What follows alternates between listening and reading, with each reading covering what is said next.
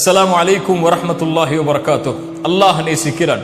அல்லாஹ் யாரை நேசிக்கிறான்? அல்லாஹுடைய தூதர் ஸல்லல்லாஹு அலைஹி வஸல்லம் அவர்கள் சொன்னார்கள், அல்லாஹ் வெட்கமுடையவன், அல்லாஹ் மறைவை விரும்பக்கூடியவன். யுஹிப்புல் ஹயா வஸ்ஸித்ர். அதனால் அல்லாஹ் வெட்க குணத்தை நேசிக்கிறான், மறைக்கும் குணத்தை அல்லாஹ் நேசிக்கிறான். அதாவது யாருடைய வாழ்வில் வெட்க குணம் செயலிலும் சிந்தனையிலும் உள்ளதோ அவர்களை அல்லாஹ் நேசிக்கிறான். சுப்ஹானல்லாஹ். இஸ்லாமிய மார்க்கத்தில் உயர்ந்த குணம் வெட்கம். ரசூலுல்லாஹி ஸல்லல்லாஹு அலைஹி வஸல்லம் சொன்னார்கள், ஒவ்வொரு மார்க்கத்திற்கும் ஒரு குணம் உண்டு, இஸ்லாமிய மார்க்கத்துடைய குணம் வெட்கம் என்றார்கள்.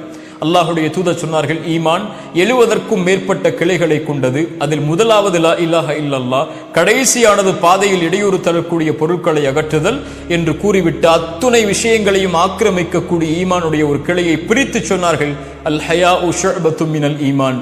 ஈமானுடைய கிளைகளில் ஒன்று வெட்கம் என்றார்கள். அல்லாஹுடைய தூதர் ஸல்லல்லாஹு அலைஹி வஸல்லம் சொன்னார்கள், நுபுவத்துடைய வார்த்தைகளில் ஒன்று, ஒரு மனிதன் எதை வேண்டுமானாலும் செய்து கொள்ளட்டும், வெட்க குணம் இல்லை என்றால். ஆம், ஒரு சமூகம், ஒரு மனிதன் எதை வேண்டுமானாலும் செய்வான், சிந்திப்பான், அவர்களுடைய வாழ்வில் வெட்க குணத்தை அவர்கள் கடைபிடிக்கவில்லை என்றார். அறிஞர்கள் சொல்லுவார்கள், எம் சமூகம் அழிந்ததுடைய முதல் காரணமே எதிரிகள் போர் தொடுத்தல்ல, இந்த சமூகத்தில் மீதுள்ள வெட்க குணத்தை, இந்த சமூகத்தின் வாலிபர்கள், வாலிப பெண்கள் சுமக்கக்கூடிய வெட்க குணத்தை அழித்தார்கள். அந்த சமூகம் அழிந்து கொண்டிருக்கிறது. அல்லாஹ் பாதுகாப்பானாக. அல்லாஹுடைய தூதர் ஸல்லல்லாஹு அலைஹி வஸல்லம் அவர்களுடைய வெட்க குணத்தை நபித்தோழர்கள் சொல்லுகிறார்கள், அல்லாஹுடைய தூதர் வெட்கம் அடைந்தால் ஒரு புது பெண் திரைக்கு பின்னால் இருந்து எப்படி வெட்கம் அடைவாளோ அப்படி அல்லாஹுடைய தூதர் வெட்கப்படுவதை நாங்கள் பார்த்திருக்கிறோம் என்று. அல்லாஹுடைய தூதர் ஒரு சபையில் அமர்ந்திருக்கிறார்கள். அவர்களுடைய ஆடை கொஞ்சம் விலகி இருக்கிறது. அபூபக்கர் சித்திக் வருகிறார்கள். அல்லாஹுடைய தூதர் அதே நிலையில் இருக்கிறார்கள். உமர் வந்தார்கள், அதே நிலையில் இருந்தார்கள். உஸ்மான் வந்தார்கள், ஆடைகளை மறைத்துக் கொண்டார்கள். ஆயிஷா ரலியல்லாஹு அன்ஹா அவர்கள் சென்றதற்கு பிறகு கேட்டார்கள், என் கணவரே, அல்லாஹ்வின் தூதரே, அபூபக்கர் வந்தார்கள், ஆடையை நீங்கள் மாற்றவில்லை. உமர் வந்தார்கள், ஆடையின் நிலையை மாற்றவில்லை. உஸ்மான் வந்தார், ஆடையின் நிலையை மாற்றினீர்கள், ஏன்?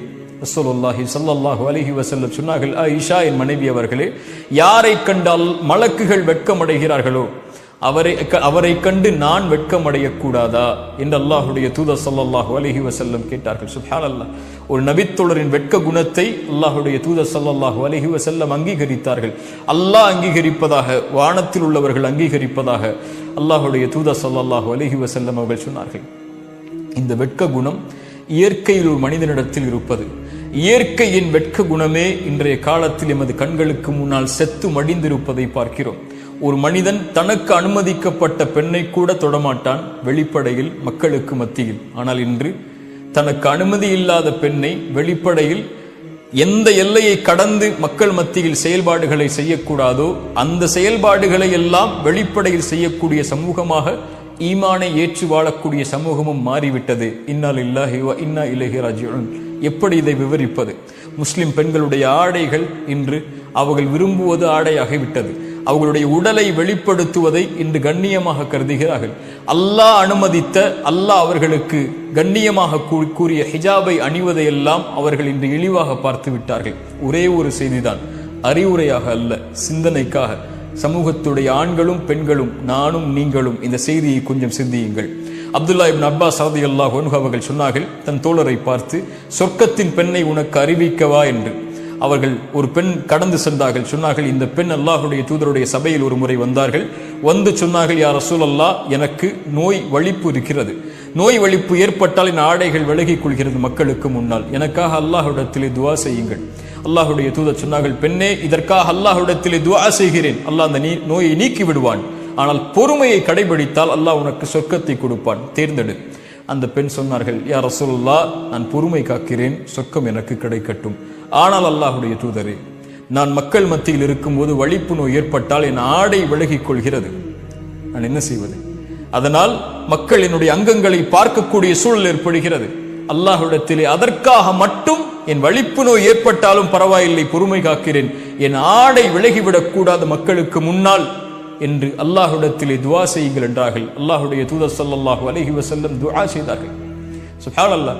அல்லாஹுடைய தூதர் அந்த பெண்ணை சொர்க்கத்தின் பெண் என்று நபித்தோழர்களுக்கு அறிமுகப்படுத்தினார்கள். அல்லாஹு அக்பர்.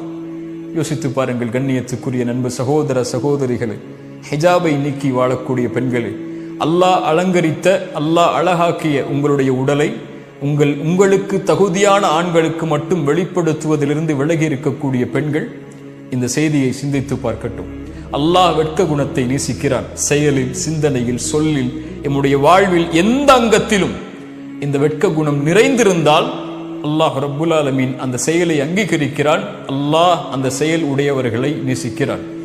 அஸ்ஸலாமு அலைக்கும் வரஹ்மத்துல்லாஹி வபரகாத்துஹு.